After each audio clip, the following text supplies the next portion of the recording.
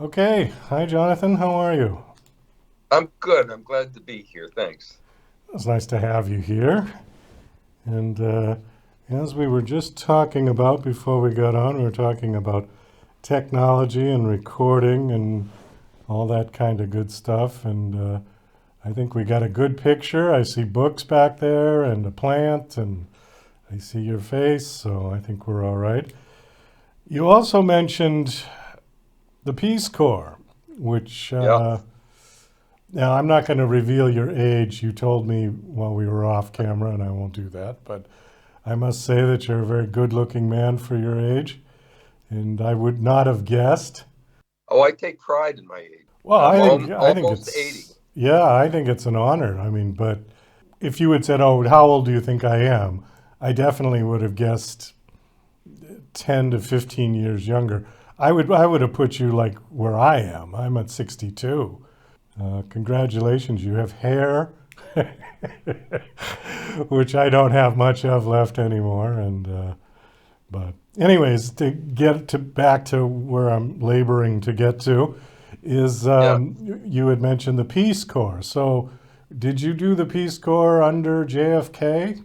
Shortly afterwards, Johnson was president from 67 to 70. And my wife and I met in the Peace Corps, and we served in the Dominican Republic for 2 years, and then Peace Corps training for a year in Puerto Rico. Okay, so is it like what I sort of imagined it? You would go there and help them build houses and dig irrigation ditches and things like that?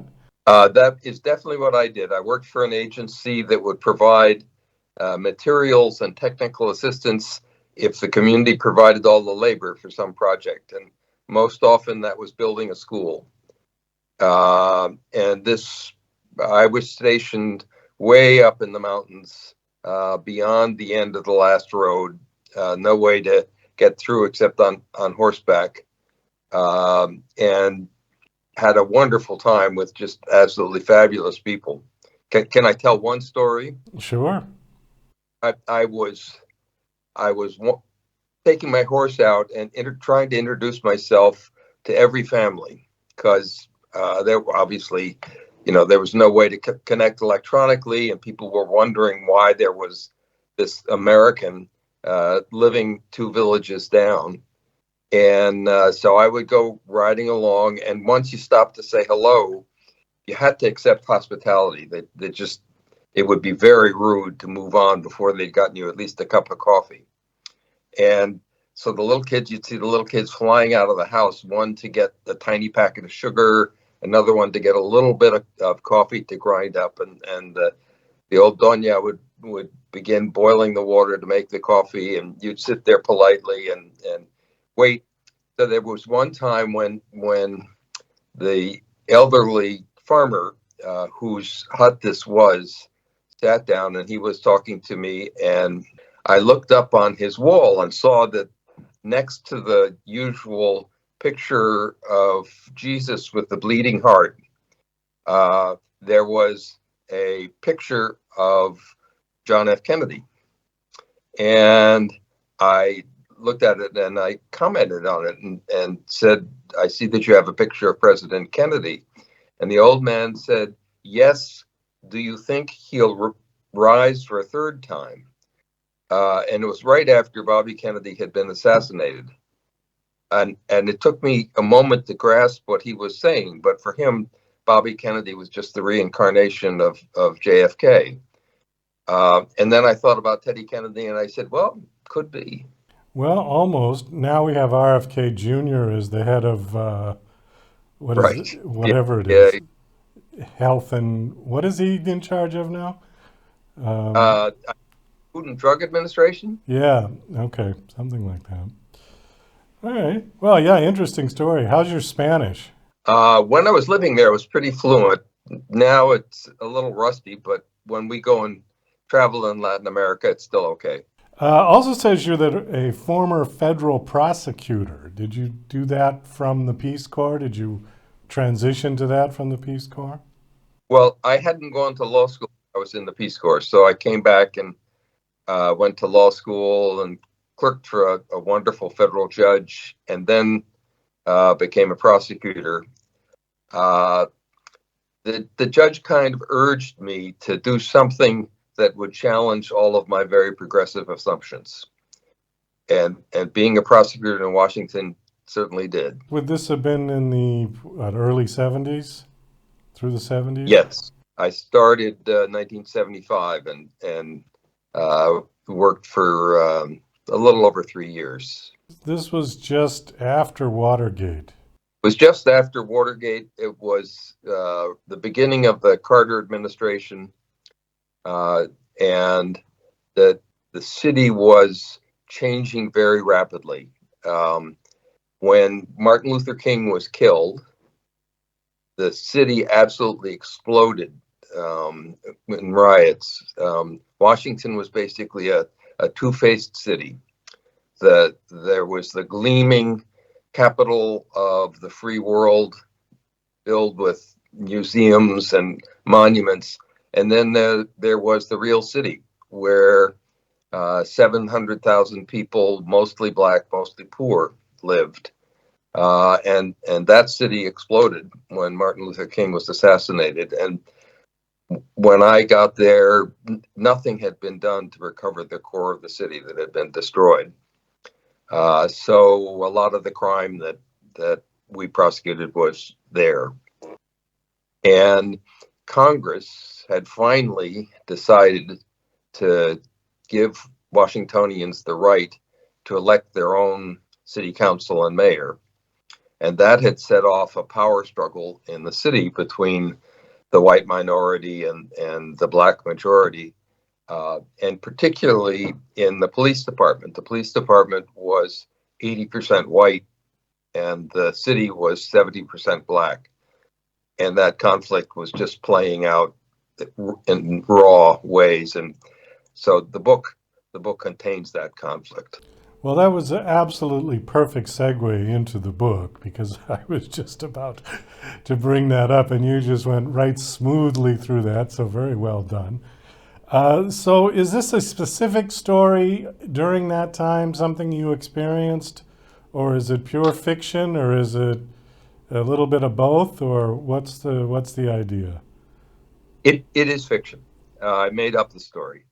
But of course, I made up the story from what was in my recollection, and characters and events got shaped and put in there. But these people didn't exist, and the particular fraud that plays a big role in the book didn't exist. Okay, it says it's your debut, so anytime I see debut, I always have to ask why. Did you descend, at this point in your life? What made you decide you wanted to write a book? It's one of the most wonderful things that ever happened to me. So my father was a very, very successful historian. He won the Pulitzer Prize. And I wrote a lot of nonfiction. I published a book of nonfiction and wrote articles and so forth while I was running a big environmental organization. But when I retired, I sort of had to go through the process that everybody goes through of figuring out, now who the hell am I? I was defined by my work, and I'm not doing that anymore. And a friend got me into this writers group. And one day, the moderator of the writers group gave us an assignment to do a vignette of something that happened to us. And a scene out of my experience as a prosecutor jumped into my head. An early morning when three tired vice squad cops came in to get their cases papered, which was just meant that we would do what was necessary to take their case and begin the prosecution process. And so I wrote about that. I got into kind of a squabble with the guys and ended up going out riding with them. And somebody in the writers group said, "That sounds like the beginning of a novel." And it was like my head exploded. These characters began just absolutely demanding to get out. And I think I'd have gone crazy if I hadn't started writing. It was a complete accident, absolutely unexpected. I had no idea how it was going to end when I started it. But it was a blast. I was having a terrific time. And suddenly, I knew who I was. Now I was an environmentalist and a lawyer, and now I'm a writer. And I really, I like doing it. Was there a sort of a mental transition in your head? Because as a lawyer, you're going to do a lot of writing, but it's not Right. fiction writing. It's you're writing reports, basically. At least you claim it's not fiction. Right, right. But it's more like I've had police officers on who have written books, and it's different than that type of writing. Yeah. So was there any kind of a mental shift for you that you had to consciously say, "Oh no, you can't write it like a legal document"? Doug, it was like the characters were dictating to me. They Oh, just right. took the book. And so I wasn't consciously changing my style. I wasn't consciously saying, I got to tell a story here. They had something in mind. And I mean, when I got stuck once, I wrote a couple of pages of them interviewing me, asking me questions. And they basically were asking me, why are you wasting time on all these subplots? Let's just get on with it here. And it completely broke the logjam. So I didn't have those issues about, what's my voice here. It just came right from them. Did you have any help with editing or with phrasing or any, or did you just tackle it all on your own? I wrote the book really fast in about 9 months. It was way too long. Everybody told me I had to shorten it. I thought I was finished. And then it was 2 more years of working with editors, cleaning it up, shortening it, and so forth. So all kinds of help and a lot of friends who gave me really useful comments. When you arrived at the shorter version, is there enough to do part two? I am well into part two, yes. Okay. So you had enough left over that you could just sort of carry on with it? Well, there's a judge in part one in What Death Revealed who behaves extremely badly, and he has a story that needs to be told. And his name is Judge Stanley, and the second book will be called Judge Stanley's Revenge. Well, I do see the book behind you there. We should say that the title is What Death Revealed. Has the book been released? It has been released. It is on the usual outlets, Amazon and Borders and so forth. And bookstores around here are carrying it. Obviously, not all across the country. It's not a bestseller, not yet. Maybe it will be soon.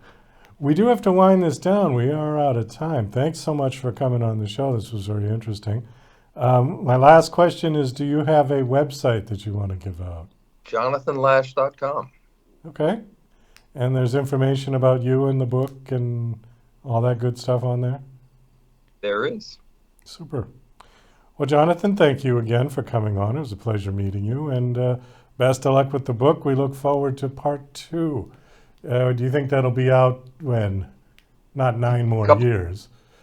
couple of years, I think. Couple of years. Okay. All right. Very good. Best of luck. Yep. Thanks. Nice talking with you.